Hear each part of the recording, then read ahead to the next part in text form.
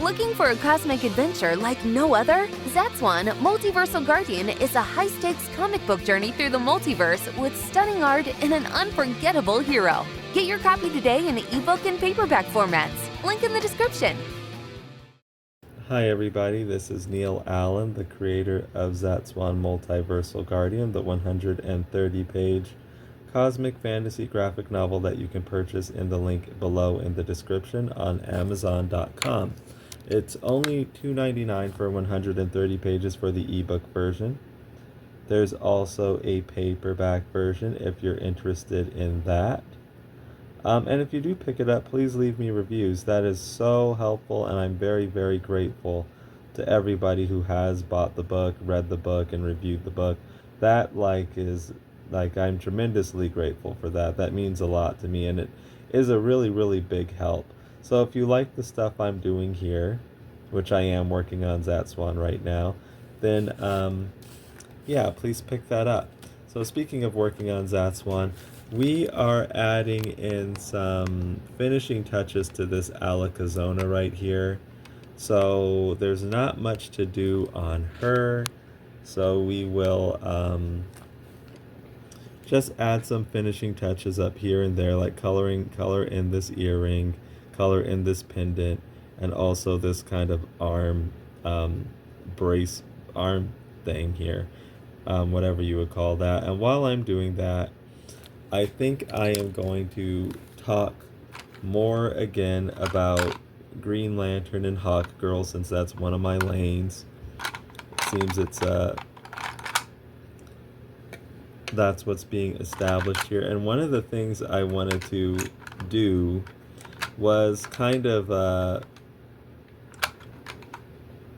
put forward sort of, instead of, I want to address some of the criticisms about it. So instead of putting up, I don't want to put up a straw man. I want to kind of put up a steel man instead. Like, what are some of the, kind of take a look at the perspective of people who don't like it. Do the best I can at putting their views forward and addressing them, seeing what I think about them and if they really hold water. So I think I'm going to do that while I color in this Alakazona. And again, please feel free to let me know what you think about this topic in the comment section below and jump in on the discussion. So one of the main things you hear about, one of the main complaints you hear about in protest of Green Lantern and Hawkgirl is, oh, that's only on the cartoon show. A lot of people say that. I've heard, at least it's something I've heard a lot, and it seems to me when saying that the goal is to somewhat try to delegitimize it. Like, oh, that is not comics accurate. That is not from the comics. That is only from the Justice League cartoon shows. And kind of there's a desire among them, I can sense, I believe, of them wanting it to just stay in the cartoon shows. You'll often hear something like, oh, I liked it on the cartoon. There's always this kind of, when you hear this type of thing, there's always this sort of, oh, I liked it there, but... And I'm like, I always find that I'm always a little skeptical of that. If you liked it on the cartoon, why would you only want it to be on the cartoon? Why would you want it to stay on the cartoon? My kind of feeling on that, or my intuition, is telling me they never really liked it at all. And if they didn't, that's okay. But anyway, about the whole thing is, oh, that only happened on the cartoon. That's only cartoon stuff. Well, my response to that is,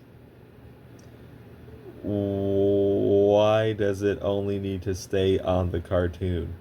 Like, why that in particular? Plenty of things were brought over from other media, such as Jimmy Olsen, such as Kryptonite, which those were from the Superman radio drama. They weren't, from the comics. The comics incorporated that into the, this is a pendant here. We got that in pretty good. Let's go do this armband, which is going to be kind of a gold. Let me get my colors ready. Yeah, those were introduced in other media and they were brought over into the comic books. Same thing with Harley Quinn. Same thing with Superman being called Smallville by Lois, you know, that nickname. Uh, so, as we can see, the comic books have a very, very, very long history of incorporating elements from other media into the comics when those elements are good, popular, and so on and so forth. This Hawk Girl Green Lantern thing seems to be very touchy for some people, though. And you know, I kind of have to wonder why. Um, like, I guess what I'm getting at with that is like, is it pure coincidence? Let's get some yellows ready. That's what I'm looking for, getting some colors.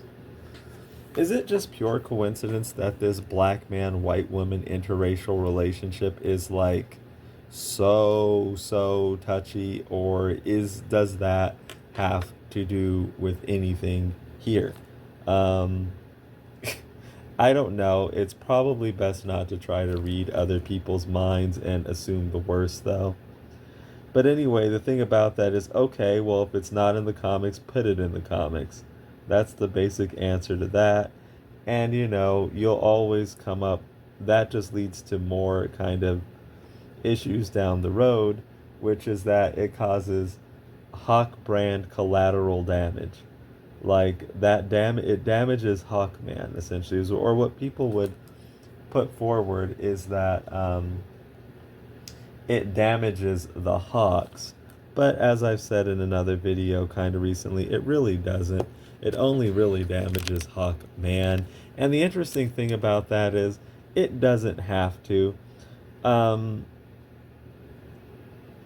so the thing about this is that I think, and I'm not just saying this, you know, because I am like a pro Hawk Girl and Green Lantern person, but I think it's extremely limiting. It's the wrong view to have of Hawkman. Like, he's extremely limited if his whole thing is just completely tied up in this other character, Hawk Girl slash Hawk Woman. I think um, that's like a weak point of Hawkman. If he has to have that set up to even function, or if he's completely damaged by Hawkwoman going another way, then that doesn't speak very well of him. And you know, people will argue that, well, the whole point of the Hawks is their whole relationship and their reincarnation cycle, and that whole thing, that's the whole point.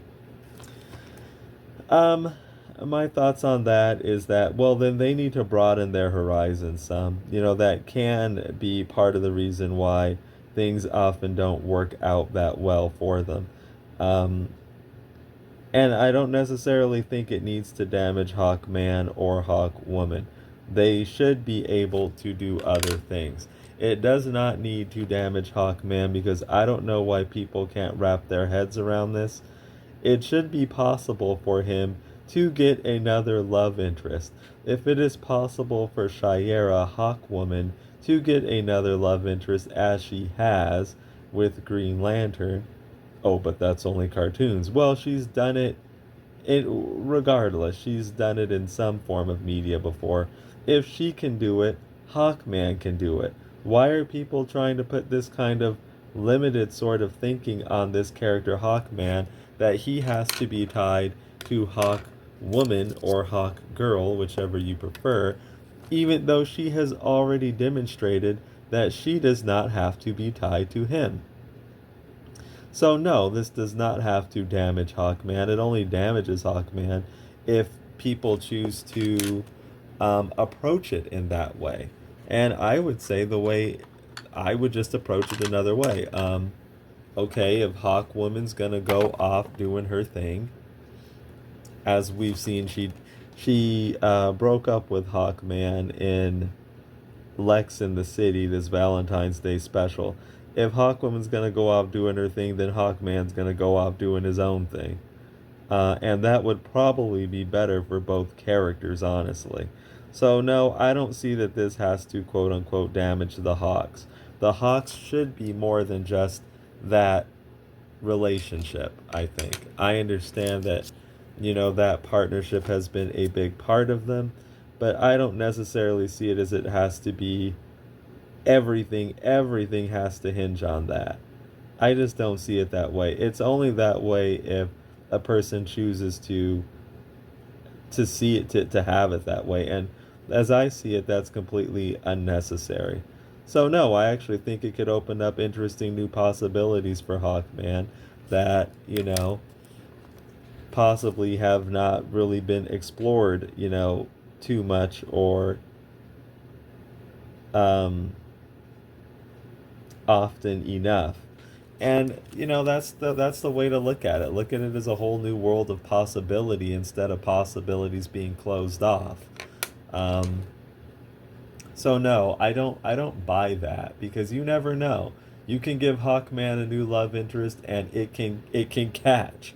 You don't know if you never do it and you never try, is the whole thing. Like, who would have thought that Green Lantern and Hawkgirl would have, gotten the zoom in a little bit because we're going to be doing some fine work on that earring there. Who would have thought that Green Lantern and Hawkgirl would have like really taken off the way that it did? You never would have known if no one had tried it, but some people tried it and it worked.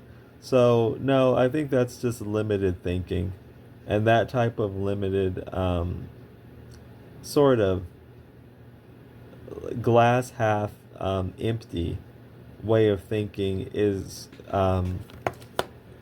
that's what's really detrimental. That's what would actually hurt a character like Hawkman. That's what would actually hurt the Hawks, not so much Green Lantern and Hawkgirl. Um, because you could look at it from the other point of view. This opens up a whole new world of possibility. Hawkman's available. We can put him with whoever, create a whole new love interest specifically for him, or put him with an established DC Comics heroine or whatnot. Um, because, yeah, I will say there is a problem with that. Like, people have not looked at Hawkgirl as being, like, just limited to Hawkman, because it's not just Shiera Hall, it's also Kendra Saunders. But people have not looked at, they haven't looked at Hawkgirl as being limited to Hawkman, but they look at Hawkman as being limited to Hawkgirl or Hawkwoman.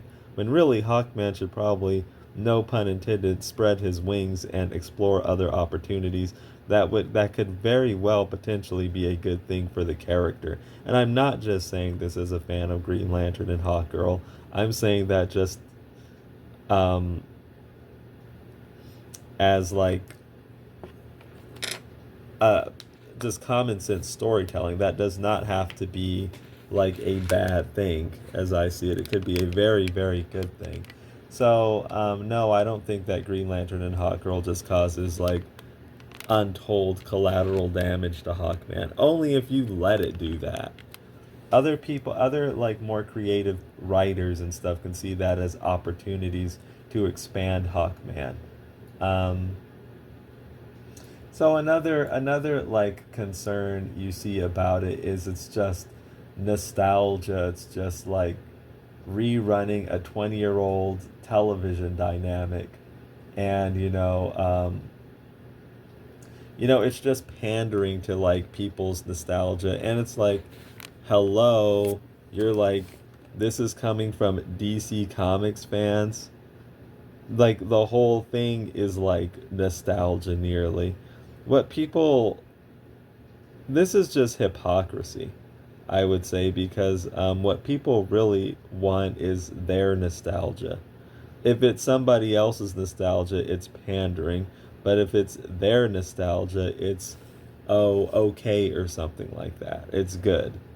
Um, so I think just with that, people just kind of need to check themselves. And if you're going to if you're going to present arguments, at least be intellectually honest and not a hypocrite. Um, because that's one of the things I've seen from people quite a bit. It's just them being hypocritical about that whole nostalgia thing. They just want theirs to be pandered to. And so much of this stuff is so hypocritical. I think that's the issue that I sort of have, because it goes back to that. I'm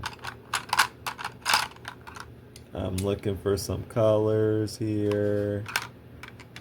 It goes back to that, like, oh, that's only on the cartoon shows. So they're okay with Kryptonite. They're okay with Harley Quinn. They're okay with Jimmy Olsen. But when it comes to this particular thing, suddenly, oh, that's from other media, so it's not okay to bring it over. Just hypocrisy and nonsense. So again, if you're going to present arguments, be intellectually honest and don't be a hypocrite. That'll really help, I think, your case more. Okay, I think we're just about done with this Alakazona here. I don't see anything more. I am going to do some more things with her, but I'm going to come in with like gel pens and acrylic paint pens to add certain details to her. When it comes to the colored pencils, I think she's all done. You may have seen me inking this AC Cooper. This is what he came out looking like, so he's all done. So what we're going to do now is go down to another AC Cooper, and I think I'm going to get the colors and things I need for that.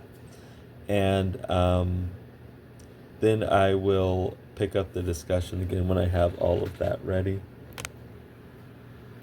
Okay, so we are going to use these Derwent drawing colored pencils here to get in the, let's work on the skin tone of Zatswan. So Derwent drawing colored pencils are really awesome, and I'm very excited for those in particular because this is kind of colored pencil news, but yeah, they've been a 24 set of pencils, only 24 in the line for a very long time, and just recently a 72 set was announced.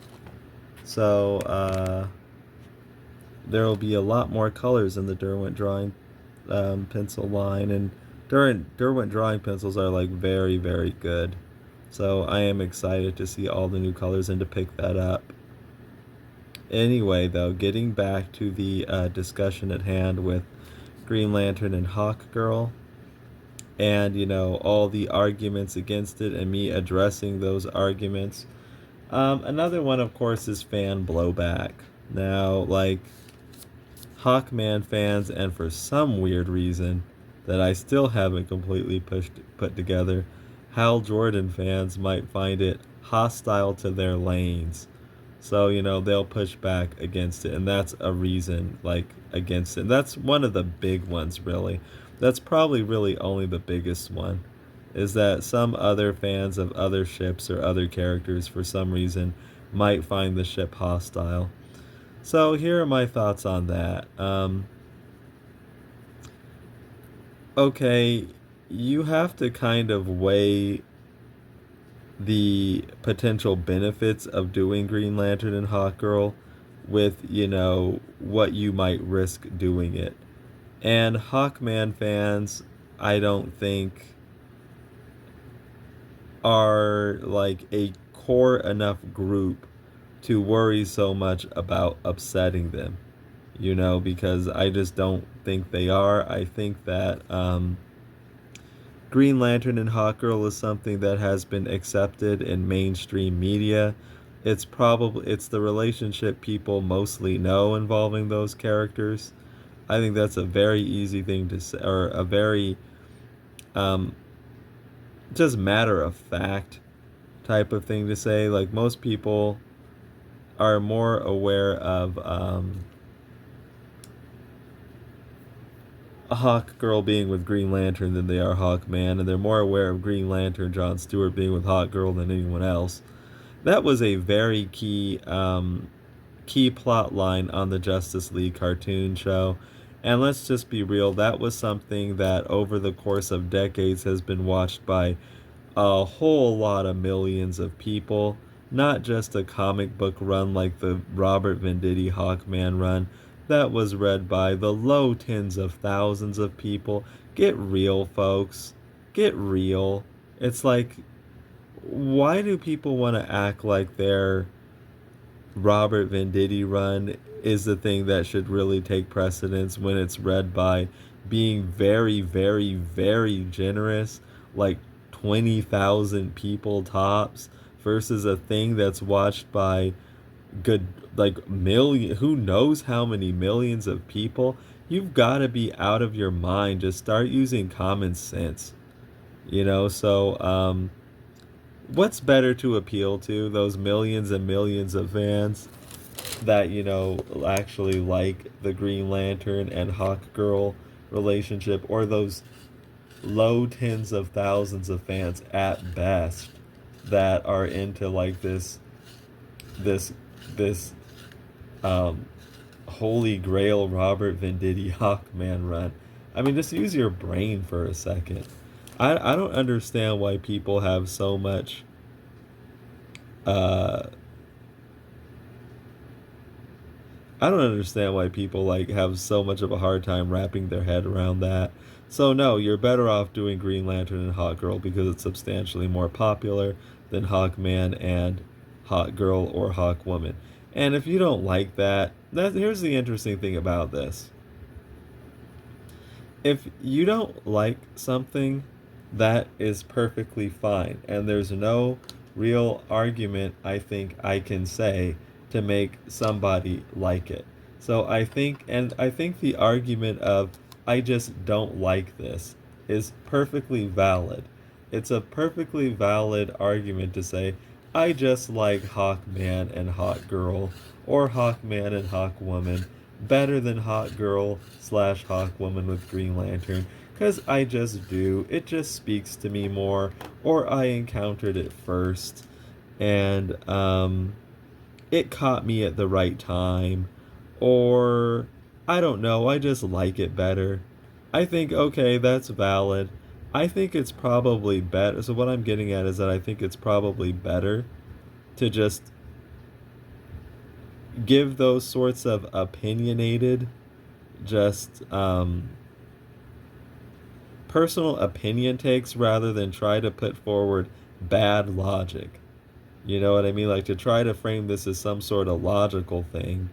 And because that won't stand up, because that's when I think a lot of people start sounding hypocritical, like they start sounding hypocritical, or their logic doesn't work, stuff like that. It's better to just say, oh, I just like it better, because okay, that actually stands up. There's nothing anybody can reasonably say to that, you know. But to act like, oh, it's just nostalgia, you're being hypocritical there. For a lot of these people, the only reason they're reading these comics is because of some kind of nostalgia. That's why they've been reading them for like decades and decades and decades. So to act like, you know, your nostalgia somehow takes precedence over someone else's nostalgia is just hypocritical. Especially when you say, oh, it's already been done before. It's like Hawkman and Hawkgirl slash woman hasn't been done before. Again, hypocritical arguments. So I guess that's kind of what I'm trying to say here. It's better to just say, in my opinion, hey, I don't know, it just speaks to me more, or I like this configuration better. I just like the visual of it, both of them, you know, together better, you know, or I don't know, I just encountered it first and that's the way it seems like it should be, and I liked it when I encountered it. Okay, I get all of that stuff. But like kind of bad logic arguments, those are just dumb. Like, oh, the Robert Venditti run The Robert Venditti. Okay, here's what's stupid about. Here's how that doesn't hold up. The Robert Venditti run, in my opinion, never should have even happened because you should. It should have been John Stewart with Shayera there anyway. I'm probably reaching with this one, but I am going to throw this out there. It wouldn't be surprising to me if on his way out, I think that was done under Dan DiDio's. Probably one of the last things he was doing at DC. It wouldn't surprise me if on his way out he did that to monkey wrench again John Stewart. Let's let's remember that there was a plan from on top to kill John Stewart when their plans with Hal Jordan didn't work out. You know, the Green Lantern movie and all that stuff. So, yeah, hey, Robert Venditti, I want you to, like, make the ultimate Hawkman, Hawkwoman story, right? And I want it to be the ultimate love story that, like, shows that, like, that Hawkman and Hawkwoman are in love with each other. And, then, you know, it'll make it harder for John Stewart. You know, this John Stewart again, I couldn't kill him off, so let me just make it harder for John. You know, it wouldn't terribly surprise me if they did that. Like, if you know they're moving forward with everything you hate and it's out of your control, like it's John Stewart, probably going to be John Stewart with Hawkgirl. And again, we actually have seen them move forward with this, like Green Lantern Beware My Power, the direct-to-video movie, which again has John Stewart and Shayera in it. Then, you know, they already tried doing stuff to monkey wrench him, like kill him off. So it wouldn't completely surprise me if, all of a sudden, you know, we gotta put out this Hawkman run that's like got Shayera and Hawkman in it, and it's the ultimate love story, and you know, because mission partially completed if that was the plan with how often these people are bringing up this Robert Venditti run. But my thoughts on that are no, that's dumb. Again, because you should be focusing on Green Lantern and Hawkgirl because there are way more fans of it. It's way more known and it's way more loved. So logical.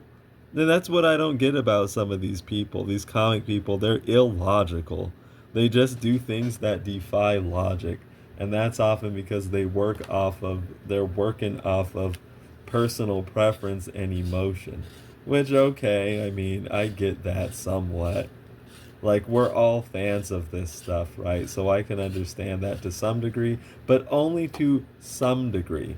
You know, when the stuff you're doing is defying logic too much, and interestingly, when it comes to John Stewart, you run into people who are doing stuff that defies logic a lot. And here's another one, like Greenland. The fact that this has taken this long to work its way into the comics defies all logic. It just does.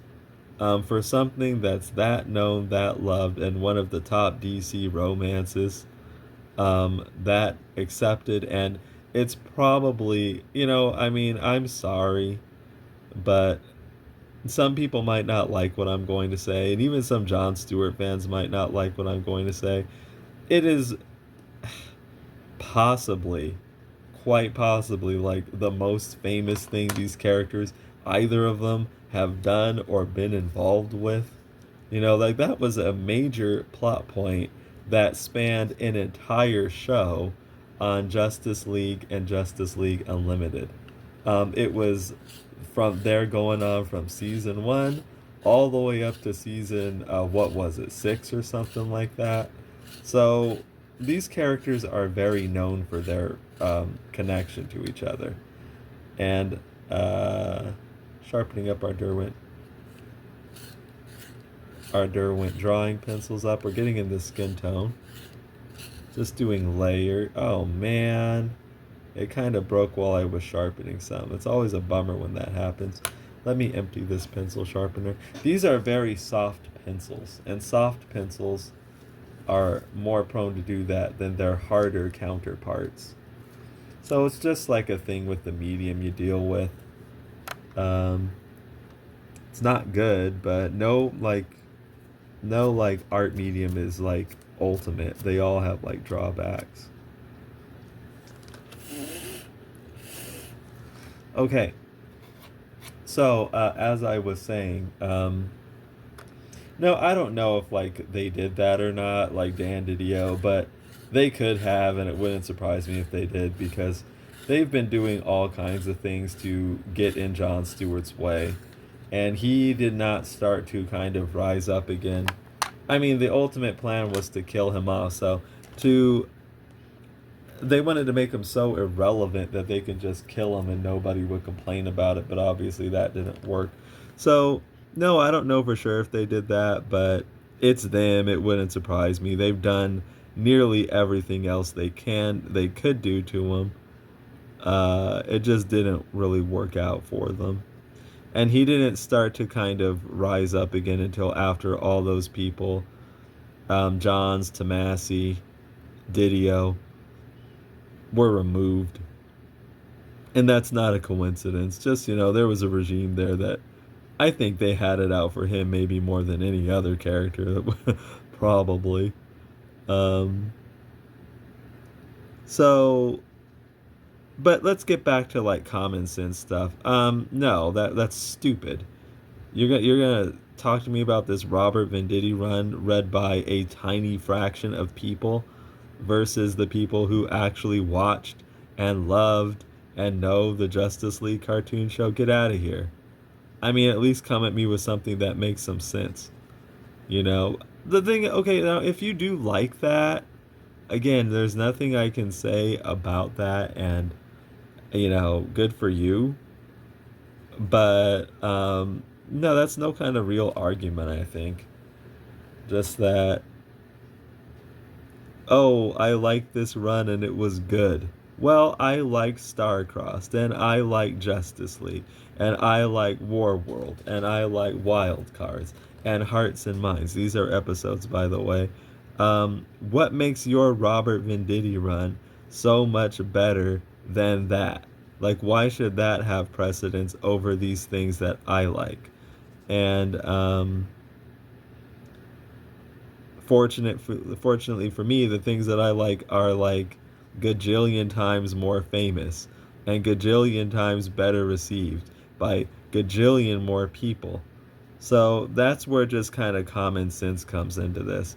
No, rather than Robert Venditti run, I think that they should have incorporated the relationship into comics long ago, long ago, long ago. But because the comics were run by people like Dan Didio, who absolutely hate John Stewart, and you're not gonna like convince me that they don't, not easily, then of course they were never gonna do that.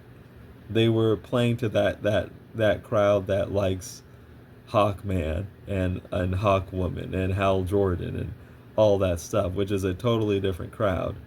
They're not playing to that crowd as much lately. Um, so finally, some of this stuff is starting to get through that, those gatekeepers. And of course, some of these people who liked that setup, and, okay, they liked it. I don't blame them. They're like spazzing out. But anyway, getting back to it, getting back to some more reason. Uh, okay, so then there's the agency risk for Shire. I've seen some people say stuff like, you just, if you, people are like, oh, she's just going to become a sidekick for John Stewart. So if you like make the argument that it's probably better for Shire to get away from Hawkman and she kind of builds agency as her own as a character by doing that, not being tied to this other dude, then some people might come at you with like, well, you just want her to stop being a sidekick to Hawkman so you can make her a sidekick to Green Lantern. Um, so essentially she loses agency still, or she still doesn't get agency. Okay, so first of all, no, I think like the way that I see this actually is simply her being with Green Lantern grants her agency that simply being with Hawkman doesn't. And you know why that is? Because being with Green Lantern is an actual choice, which implies agency.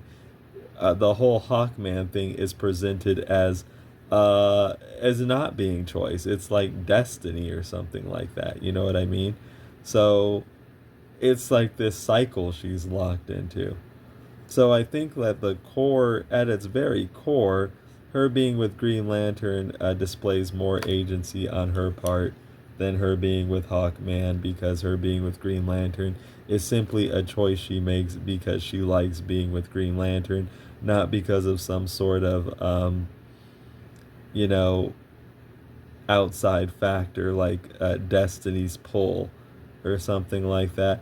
But furthermore, I think that no, there's nothing saying that she would have to lose agency. Uh, she only would if she was written that way, and it's not. She wouldn't necessarily need to be written that way. Um, so that's kind of like expressing a what if concern, and I think that that doesn't necessarily need to be the case. Like, it doesn't need to go down that way. She wouldn't have to be written in a way where, oh, she's just there to serve, you know, there to serve the ends of John Stewart some kind of way. I don't think that's necessary. She should still, and you know, as a fan of John Stewart, I wouldn't want her to be written that way. I'd prefer her to be written with agency and mattering and making a difference, not there just being a sidekick that's like. And I don't think I've never seen her written that way actually. When she was with John Stewart, I've never seen her written to where, even in Beware My Power, to where she was just, you know, just a sidekick of sorts to sort of, you know, do things to benefit only John Stewart. No, that's not how I interpret it. At least their relationship benefited both of them, not just John Stewart. The relationship with her relationship with Green Lantern greatly raised her profile. Again, it's probably the most famous thing she's done or been involved with, and some people will probably point to that and say, see, it's like not about her, it's about like who she's with and who she's tied to. The way that I see it is that, and I guess this kind of gets into some other like parts, some other concerns it's an answer to, but I'll like address it here. A very good relationship with another character can really raise the profile of both characters if it's done well. And it doesn't even need to be like a romantic relationship.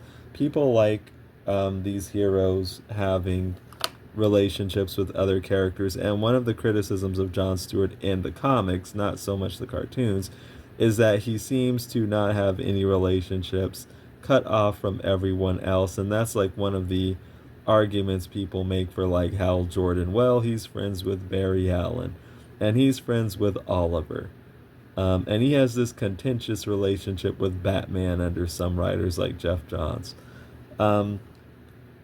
Okay, well, if you want, okay, we'll address some of those concerns. A relationship with Shiera Hawkwoman will greatly boost John Stewart's profile. Oh, but then they don't like that because they got a problem with that. The thing about it, though, is like I was saying, it doesn't just boost John's profile, it boosts Hawkwoman's profile as well.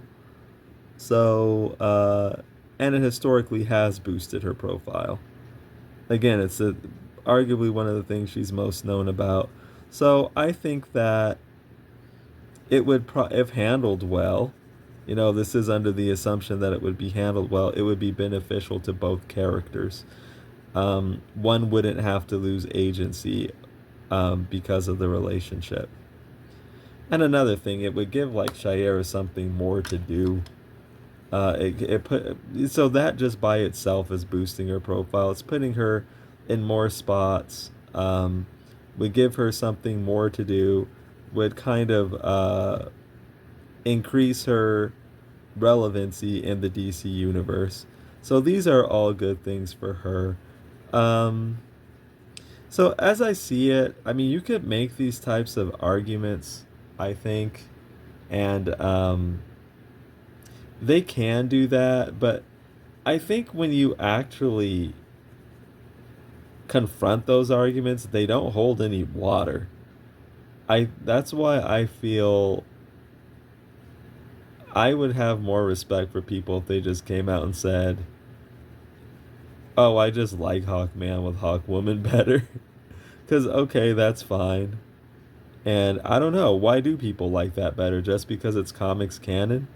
Uh or just because it's been in comics, or is it because they don't like John Stewart, or they don't like the interracial romance? Or I would actually be interested in hearing that. Like what, because okay, and if it is just like comics canon, okay, well,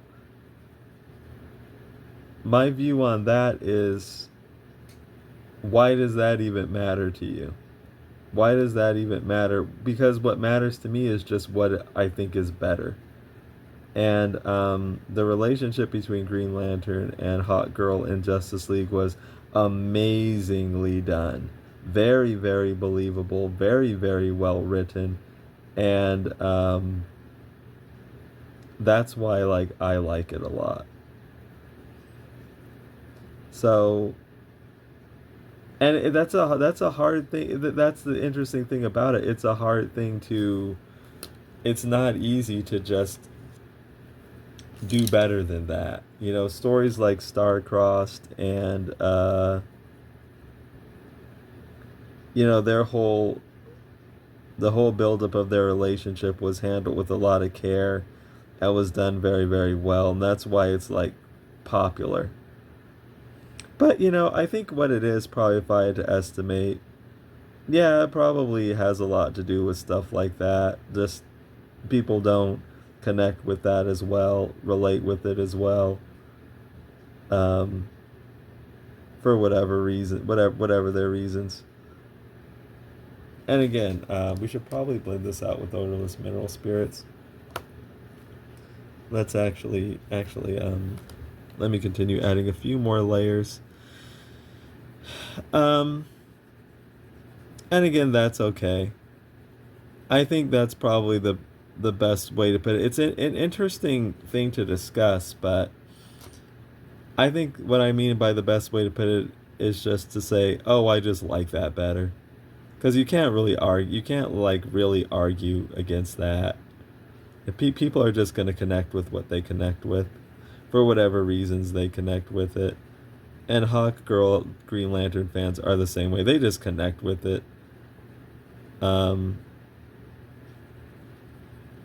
When you actually try to do logical arguments, I think it falls apart because there are, I guess, some logical. The only real logical reason is that, well, you know, to argue against Green Lantern and Hawkgirl, because I say the only logical reason is because the reality is it's just more popular than Hawkman and Hawkgirl. And if you want to appeal to more people, you would do Green Lantern and Hawkgirl. Logically. Okay, so let's get some odorless mineral spirits ready. I'm sorry about that phone bouncing around everywhere. Oh, not odorless mineral spirits, walnut oil. It is a non-toxic alternative than solvents. We're going to blend this out some.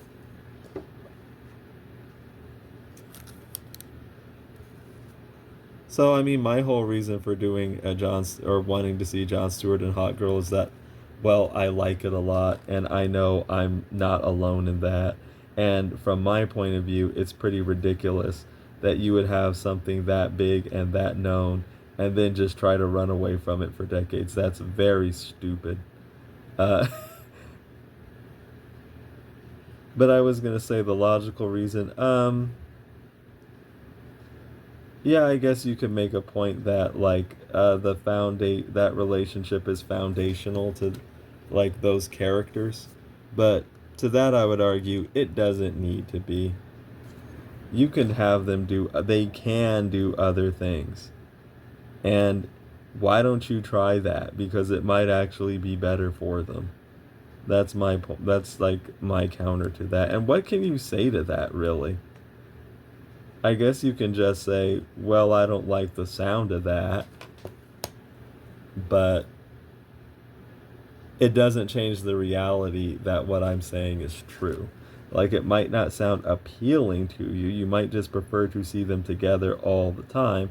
And I get that, but it doesn't make what I'm saying untrue. They can do other things, and it might even be better for their characters.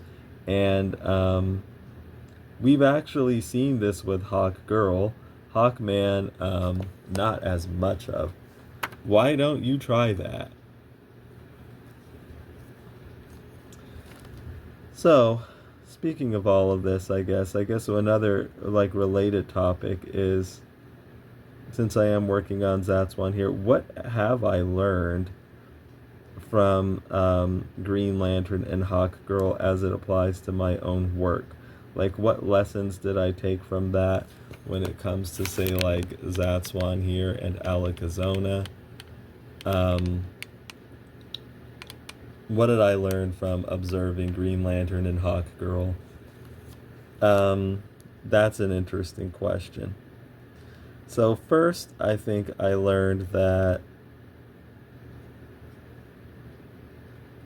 a well-built relationship that's believably built up can really enhance, the characters a lot, and is a very good avenue for getting people invested into the characters. Okay, we're gonna let that dry a little bit. And I'm kind of thinking, do I want to go on? Yeah, I'll lay down some layers on some other parts while that's going on. Yeah, that's a good avenue for getting people really, really invested. And I've seen like Green Lantern and Hawkgirl fans. The romance aspect, the shipping aspect, is a great avenue for, if done very well, involving a whole different like audience to your characters that wouldn't have been involved at all. Because I'm no stranger to Green Lantern and Hawkgirl fans. And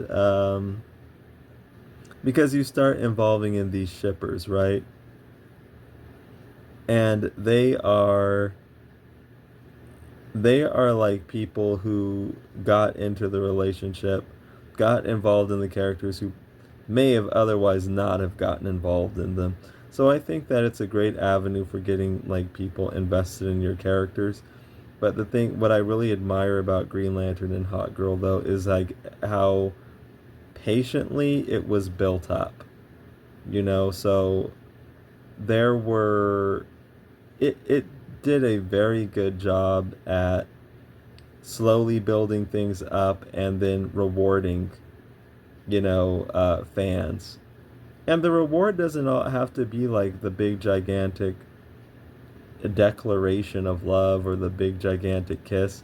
You get like the rewards can just be a kind of a basic moment, kind of like in the Justice League episode Secret Society, when Green Lantern and Hawkgirl are on that cliff, just kind of having a moment talking about, we could have been the greatest fighting force in the universe. How do you walk away from that?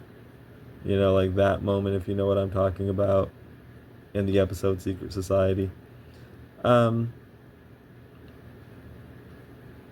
Okay, just adding in some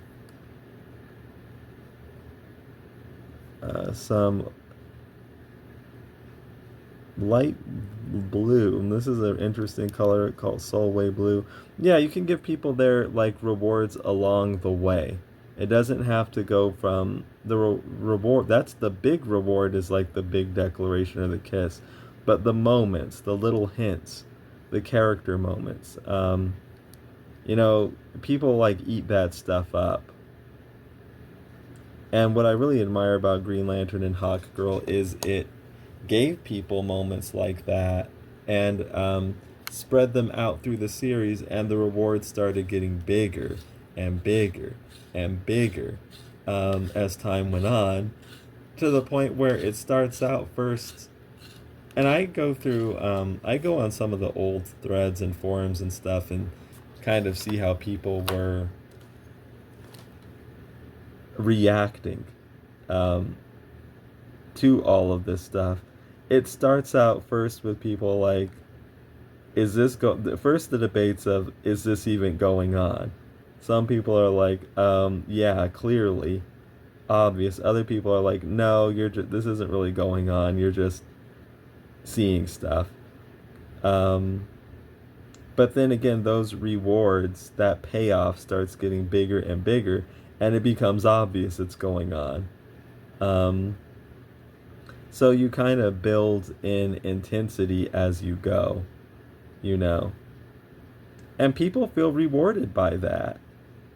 And it's not just a romance thing. That kind of strategy isn't just good for romance, it's good for other things in stories. People like seeing stories, picking up on hints, and then being rewarded for doing that. Like when the story acknowledges their astuteness, it acknowledges their awareness. Like, oh, like kind of when, you know, mysteries are good at doing this. Like when people kind of know how things are going to go because this thread that they're aware of is being made relevant again, and they're like, oh, okay, I know where this is going because I remember this happened. People love that type of payoff like that. And I think like why one of the big reasons why Green Lantern and Hawkgirl was so successful is because that was like part of the strategy. You know, little hints here and there. Then it's got people wondering, is there anything going on there? Some people are in kind of denial, or they don't think it's headed that way. But to the people who are like, no, I knew I saw something there, they're going to feel rewarded when their awareness and their astuteness is validated. You know, they're going to feel validated, and when people feel validated, they feel rewarded. So, and that's a great way to get people invested in your stuff, you know, to acknowledge them like that, to leave little threads and hints across a long period of time. That's what Green Lantern and Hawkgirl did, and I think that's why so many people, it's a big reason why so many people got invested in it. It was patient and believable, and the voice actors had so much great chemistry. They were so good and had so much great chemistry with each other, and the writing was like so good. So that's like some of the stuff I picked up on it. Be patient. Um, give your readers or viewers or whatever, in their case it was viewers, in my case it's readers, give them rewards. You know, reward their alertness, reward their astuteness. It's a little bit of skin tone there. And be patient, because that's what makes them feel like connected, is their patience. If you do everything at once, you're not going to get that type of they're not going to feel that level of payoff like that. So the another thing too, again, is that kind of patience. Not everything needs to happen at once. Yeah, like some things are written like that, where they're just these big explosive whirlwind romances and stuff like that. And I'm not saying that doesn't work, you know, in fiction. It can. You could still get people like into your thing with that, but I think that it's that long-term investment, you know, that reward, those payoffs, but not too much reward too fast. That's what builds the long-term investment, I think. And that's one of the things that I learned from Green Lantern and Hawkgirl. Um,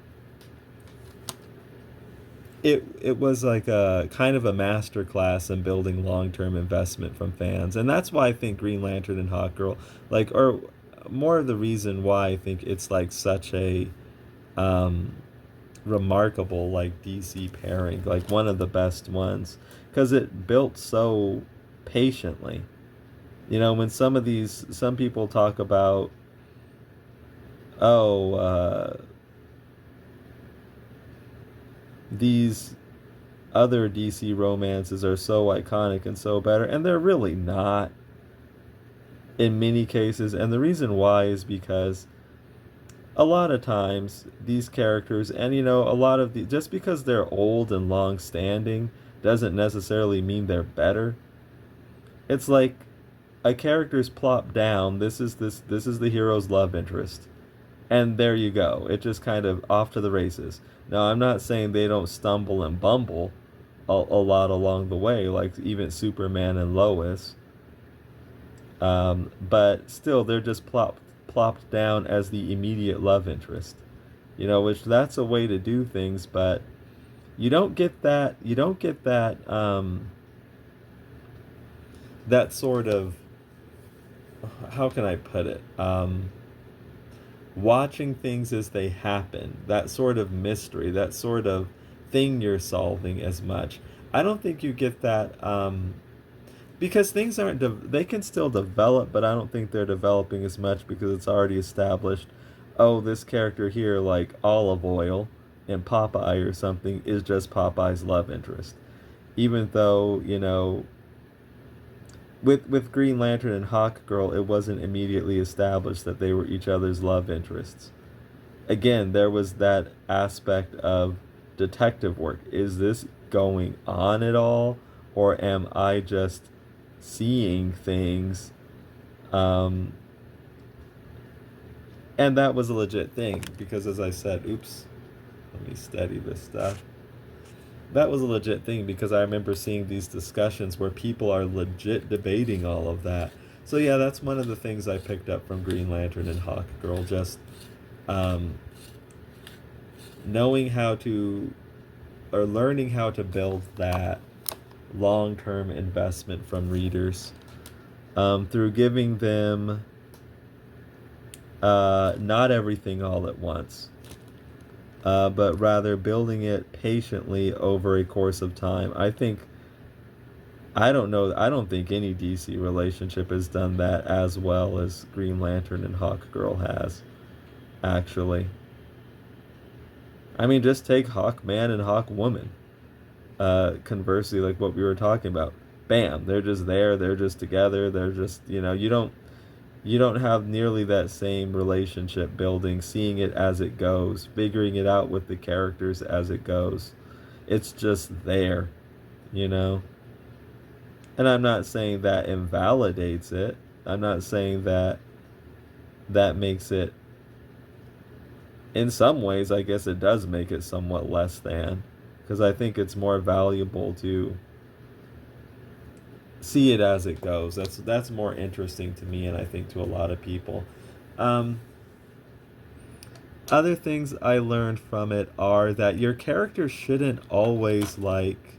I've seen some fiction where the characters um, don't really disagree with each other. They don't really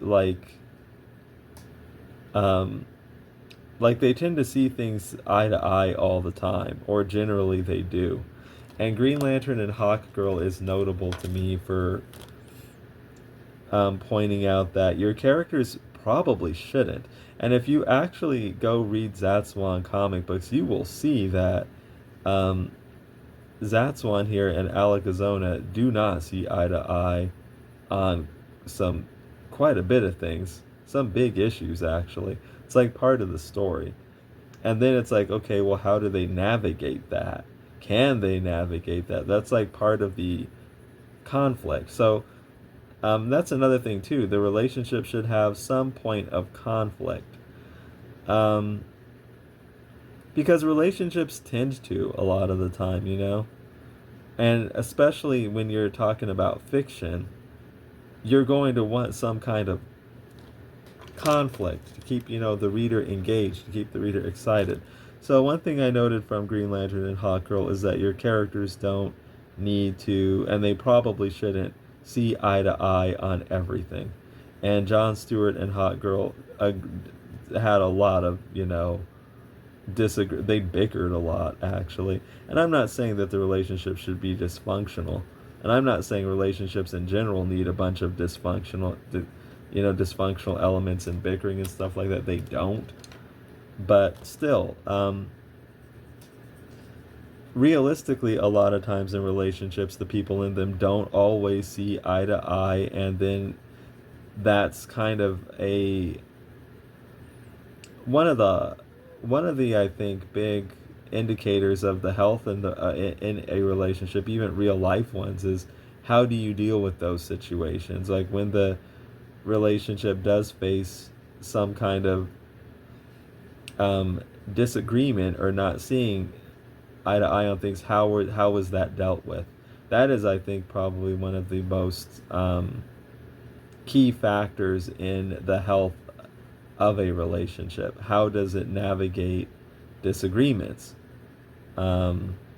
Because those are just going to happen. Not seeing things the same way, not having the same values here, there, whatever it could be. It can manifest a lot of different ways, and that's actually good for fiction. Like seeing how these characters, deal with these relationship obstacles. And also just relationship obstacles. That's like an important thing, too, that I got out of it. It was interesting that these superheroes had kind of basic, they were fantastic characters in their own rights, but also they were just dealing with a lot of basic human, relationship things. And I know I say human, Hawkgirl's like an alien, but still, I think you get the point. And that added a lot of humanity to their characters. And that's the type of stuff, I think, for many people, that gets people to care about them. And another thing that we should note is that not everybody has to care about everything for all the same reasons. Like, I have seen some people try to kind of shame others and like, why do people care about this shipping and these relationships? I'm here for the powers and the superhero fights. Okay, that's cool for you, but you're not everybody. Some people need a little more meat on the bones than just colorful costumes, muscles, and fights. And while, yes, that stuff is cool, I would say that sometimes it's that less fantastic stuff. It's just the human, the connection, the human connection, the emotions, the basic problem navigating. That's what really invests some people, into these characters. And it's different for different people. Some people might not need that. They just want super powered brawls and stuff, and okay, good for them. But that's when it kind of goes into what I was saying before about like the shipping in kind of being an avenue for you to a whole different type of fan, a valuable fan, because those people get super invested into their ships, so I see the value and the worth in that personally. Okay, we're just building up this skin tone on Zatswan. Now, I do want to talk about more things that I did learn from that relationship. Some of it not good, or some of the things are not good, I would say, and that's that you want to frustrate your fan somewhat, because you don't want things to be too easy. I mean, I will just this isn't like a relationship thing, but I was watching Babylon 5 recently, doing a whole big rewatch of it, which is a show I really like. Great science fiction show. And I started to think to myself, I was watching this, So there are these bad guys called shadows on the show. They're probably some of the main villains, and they're depicted as like nearly invincible in the beginning, but as the show goes on and their big shadow war gets really underway, I felt that the good guys were just mopping the floor with these characters too much. And then they had this big Earth war, and then they were mopping the floor with Earth. I didn't, yeah, they had maybe some difficult moments here and there, but for the most part, it was like the heroes were just like, I didn't feel they were facing enough opposition to where I was concerned, wow, they may lose this battle. In Babylon 5, actually, that was very rare, I thought. And I thought that that wasn't good for the show. Um, I didn't feel like, oh no, they might not win this battle here. Um, so when you don't want to like make things too easy for your characters, is kind of what I'm saying, because um they they stop appreciating that, or that tension isn't there, for one thing, you know what I mean? And then when these victories do come in, it's not something you savor as much just as a fan, because it's kind of expected. um so yeah, you do want to like frustrate your reader somewhat. You don't want them getting too cozy. You do want them to have some anxiety. I think that's like keeps things from being boring. Thus, it keeps people invested. But you don't want to frustrate them too much, and you don't want to frustrate them with the wrong things. So, some things I learned again from Green Lantern and Hawkgirl, you have a really frustrated fan base there. It's because they're frustrated over things they shouldn't be frustrated over. Let's start with where it came from, the Justice League show. Okay, the fact that it didn't resolve on the show is very, very, very bad. I can't think of anything good about that. That just going to leave you with you carried this story on the whole show and you didn't resolve it. And I think that was an area where the show dropped the ball more than anywhere else. I think that was really bad. And apparently, because Dwayne McDuffie wrote himself in a corner by introducing the Vixen character with Green Lantern, he couldn't figure out. He's like, well, if I have Green Lantern leave Vixen to get back with Shiera, that's just bad optics. It makes him look bad. And he didn't know how to deal with that. So he just basically didn't resolve the whole thing. Said, oh, well, it can get resolved somewhere along the line in the future, because that old line, they still have a lot of living to do. No, that was a failing on his part. And that's just gonna frustrate, your viewers. So that's like, you don't want to do that. And then moving on from that, somewhat, not introducing the relationship in comics until 20 years later, even though it's a super popular, super well-known relationship, you're just frustrating your fans again. You don't want to do this. Like, yes, like I said, it's good to have your readership kind of on edge, because that keeps them invested, but, you want them on edge the right way, not the wrong way. So I also learned these sorts of things from Green Lantern and Hawkgirl as it relates to like my own comics, things to do and things to avoid. And I guess that's what you do. Like, I made another video recently, or I guess it wasn't too recent. Like things that I like borrowed from Green Lantern and things that I left behind. That's what you have to do to make better stuff. So, I see something like Green Lantern and Hawkgirl, which I like a lot, but it wasn't all perfect. You do have to be kind of critical even about this stuff that you like. You can't just go in there thinking that, oh, it's all perfect, because it's not. It's like, okay, there are some things in there that I do not like, and how do I avoid those same pitfalls so that I can make something hopefully better? That's the thing to do. So yeah, I did learn a lot from it. Both things to do and things not to do. So I can hopefully put together an even better superhero romance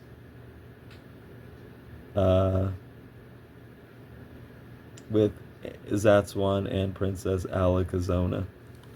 But I think, we've rambled about Green Lantern and Hawkgirl for quite a bit this session. So I am going to continue working on this Zatswan here. Again, if this looks interesting to you, you can follow the adventures of Zatswan and Alakazona in Zatswan Multiversal Guardian, which you can purchase in the link in the description on Amazon.com. Again, only $2.99 for the digital ebook version. And there is a paperback if you prefer to read like that. Be sure to like and subscribe and leave comments in the comment section about the various things regarding Green Lantern and Hawkgirl we discussed, the arguments against it, the arguments countering the arguments against it, and also, the things that we can learn from it. Alright, everybody, I will talk to you again very soon. And until then, make sure that you take care.